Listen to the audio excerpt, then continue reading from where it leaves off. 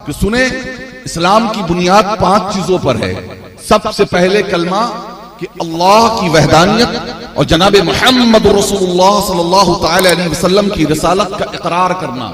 और याद रखिए, इन 5 चीजों में कुछ चीजें जाहिर हैं और कुछ चीजें बातिन हैं, या यूं कह लें कि उसका एक जाहिर है, एक बातिन है, एक जिस्म की तरह है और एक रूह की तरह है। मिसलन ये जिस्म जो हमारा है वो नजर आने वाला है, आंखें देखती हैं, जुबान बोलती है, कान सुनते हैं, हाथों में हरकत है, पांव में चलने की सलाहियत है।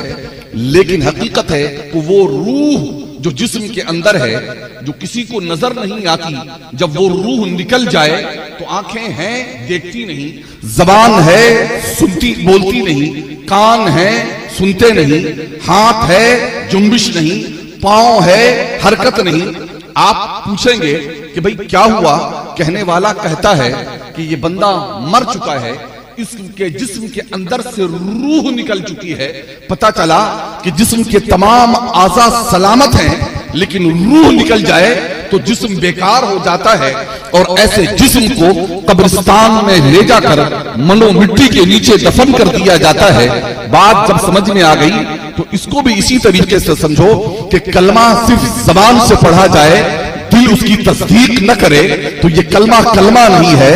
नमाज सिर्फ आज़ा पढ़े, रूह उसे तस्दीक न करे तो ये नमाज नमाज नहीं है।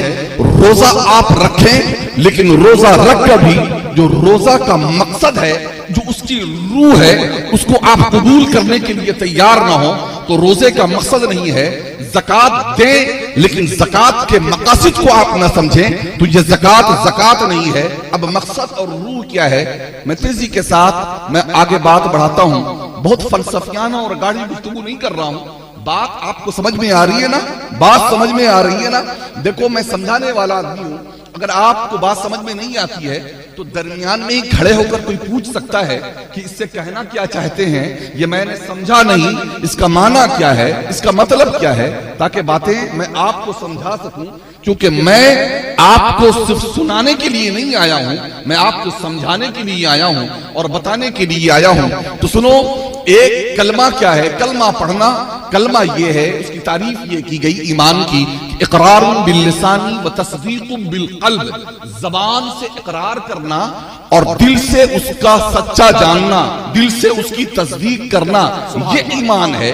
एक बंदा जिंदगी भर जबान से कलमा पढ़ता रहे, बगौर सुनो, एक बंदा जिंदगी भर जबान से कलमा पढ़ता रहे, वो दुनिया वालों की निगाहों में मुसलमान तो है, लेकिन अगर दिल उसकी तस्दीक नहीं करता है तो वो हकीकतन मुसलमान नहीं है।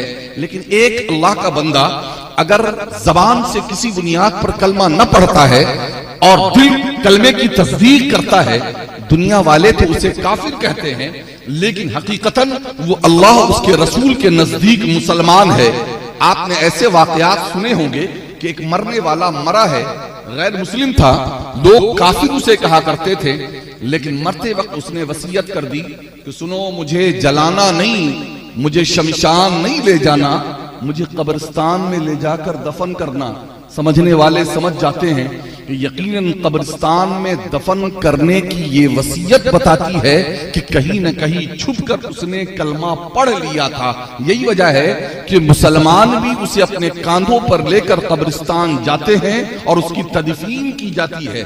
जिंदगी भर उसे हम काफिर कहते रहे, लेकिन उसने दिल से जब कलमे की तस्दीक कर ली थी, इस वजह कर उसे अब हम आखिर वक्त में मुसलमान मानकर मुसलमानों के कब्रिस्तान में दफन कर रहे हैं। प्यारे, इसी तरीके से मामला यह भी है कि अगर कोई जबान से कलमा पढ़ रहा है, अपने आप को मुसलमान कह रहा है, तो हमें यह हक नहीं बनता है कि कुछ मामूली जाहिरी चीजों को देखकर फौरन हम उस पर कुफ्र का फतवा नाफिज कर दें, जैसा कि आज मामला है।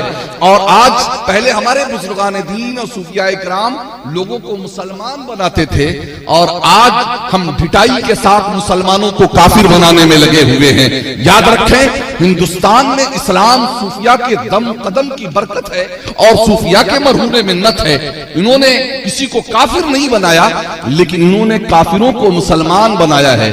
लेकिन आज बगैर किसी तहकीक के, बगैर किसी जुस्तजू के, बगैर किसी गौर व फिक्र के, और जिसको काफिर कहने जा रहे हैं उससे गुफ्तगू किए बगैर हम उसे कुफ्र का फतवा दिया करते हैं।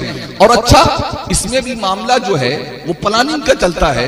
अगर कोई अपना बंदा करीबी है ना, तो मुफ्ती साहब उसे छोड़ देंगे, उसके बारे में बातें नहीं करेंगे।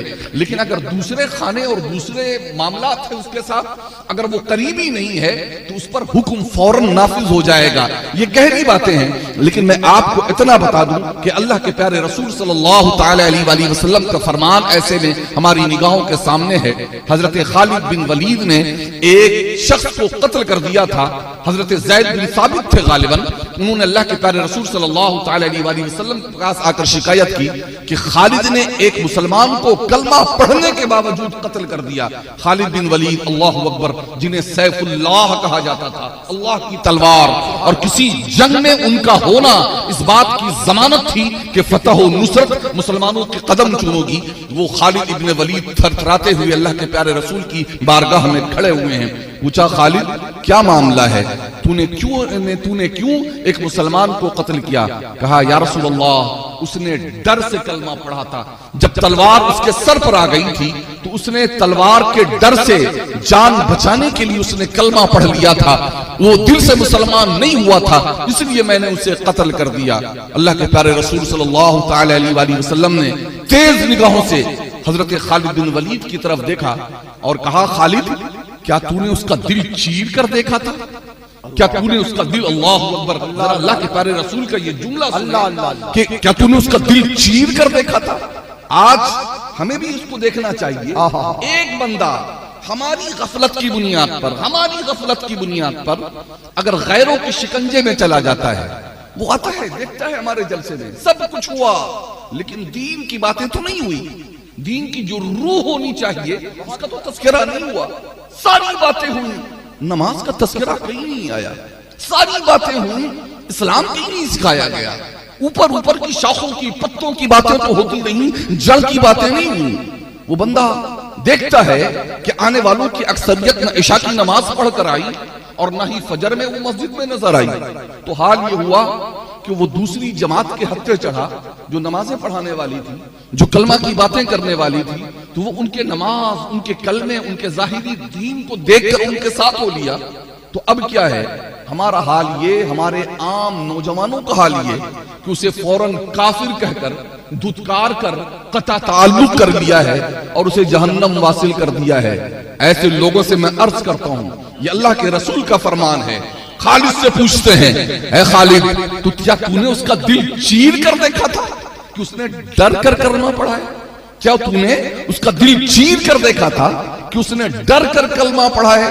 और फिर अल्लाह के प्यारे रसूल ने अल्लाह तबारक व तआला की तरफ रुजू किया, हाथ उठाया और हाथ उठाकर कहा, मेरे मौला, मैं खालिद के इस अमल से बरात का इजहार करता हूं।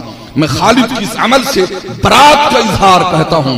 क्या इसमें हमारे लिए हुक्म है कि किसी को काफिर कहने से पहले 1000 बार हमें सोच लेना चाहिए, 1000 बार सोच लेना चाहिए। हाँ, ये उलमा मुहक्किकीन का मसला है कि वो किसे काफिर कह रहे हैं। हम जैसे छोटे लोगों, मौलवियों और छोटे आलिमों का भी हक नहीं बनता साहब कि वो अमल करें। वो बड़े उलमा ने तहकीक के बाद और तमाम मसाइल को सामने रखकर किसी को हुक्म दिया है, तो यकीनन वो बात दूसरी है। हमारे लिए हुक्म नहीं है कि जिसको चाहे मुसलमान बनाए और जिसको चाहे काफिर बनाए। याद रखें, ये दिल का मामला है। इकरारुम बिल लिसानी व तस्दीकुम बिल क़ल्ब। अज़ीज़ान मिल्लत, ये पहला है कलमा। तो इस कलमे पर पूरी तरीके से इस कलमे को अपने दिल में बसाएं कि हम अल्लाह पर ईमान लाए हैं, अल्लाह पर ईमान लाए हैं, अल्लाह के सिवा हमारा कोई माबूद नहीं है। हकीकत ये है, ये तौहीद है। ये तौहीद का अकीदा हमारा रासिख हो जाए ना, तो हम किसी से नहीं डरने वाले। न हुकूमत से हम डर नहीं सकते हैं, न हम कोई हुकूमत हमको डरा सकती है, न कोई ताकत हमें डरा सकती है, अगर कलमा तौहीद हमारे दिल में रासिख हो जाए। ये डर और खौफ हमारे दिलो दिमाग में इसीलिए समाया हुआ है कि अल्लाह का खौफ निकल गया है, तो अल्लाह ने दुनिया का खौफ हमारे दिल में डाल दिया है। हजरत शेख सादी का एक वाकया मुझे याद आता है कि एक जंगल से गुजर रहे थे, देखा कि एक शख्स शेर पे सवार चला आ रहा है। हमारे डर के कहते हैं कि मैं पलट कर जाने लगा कि उस शेर सवार ने मुझको आवाज दिया, सादी कहां जाते हो? मैं डरता हुआ सहमता हुआ रुका हूं। तो कहने लगे, वो बस शेर सवार कहने लगा कि मैं शेर पर सवार होकर आ रहा हूं, तो ये देखकर तुम डरते हो? और फिर उसके बाद वो शेर हजरत सादी का है, बोस्ता में फरमाते हैं, तो हम गर्दन अज हुक्म दावर मपेच के गर्दन न पेचत हुक्मे तो हेज। यानी अगर तू अल्लाह के हुक्म से गर्दन नहीं फेरेगा तो कायनात की कोई शय तेरे हुक्म से गर्दन नहीं फेर सकती। तू अगर अल्लाह के हुक्म से गर्दन नहीं घुमाएगा तो तेरे हुक्म से भी कोई चीज गर्दन नहीं घुमा सकती है। आज जब हम बुजुर्गों की करामतें पेश करते हैं ना, तो लोग फतवा देते हैं, ये तो अल्लाह की शान है, ये तो अल्लाह की शान है, ये कैसे, ये कैसे? मेरे प्यारे, ये सारी चीजें अल्लाह की मखलूक हैं और उन तमाम मखलूकात में अशरफुल मखलूकात इंसान है। अगर इंसान अल्लाह का ताबेदार हो जाए, फरमाबरदार हो जाए, तो वो दश्त तो दश्त है, दरिया भी न छोड़े हमने, बहरे जुल्मात में दौड़ा दिए घोड़े हमने। तारीख बताती है ना कि मुसलमानों ने अपने घोड़े दरिया में उतार दिए हैं, तो दरिया के पानी ने पत्थर का काम किया है और उस पत्थर पर चलते हुए, उस दरिया के पानी पर चलते हुए घोड़ा जो है वो पार हो गया है। पहाड़ों की कोई हैसियत नहीं रह गई, बयाबानों की कोई हैसियत नहीं रह गई। शेरों ने उनके सामने आकर इताअत की है और बड़ी सी बड़ी ताकतों ने मुसलमानों के आगे गर्दनें झुकाई हैं। ये कलमा तौहीद की ताकत, अगर बात इसी पर की जाए तो लंबी हो जाएगी।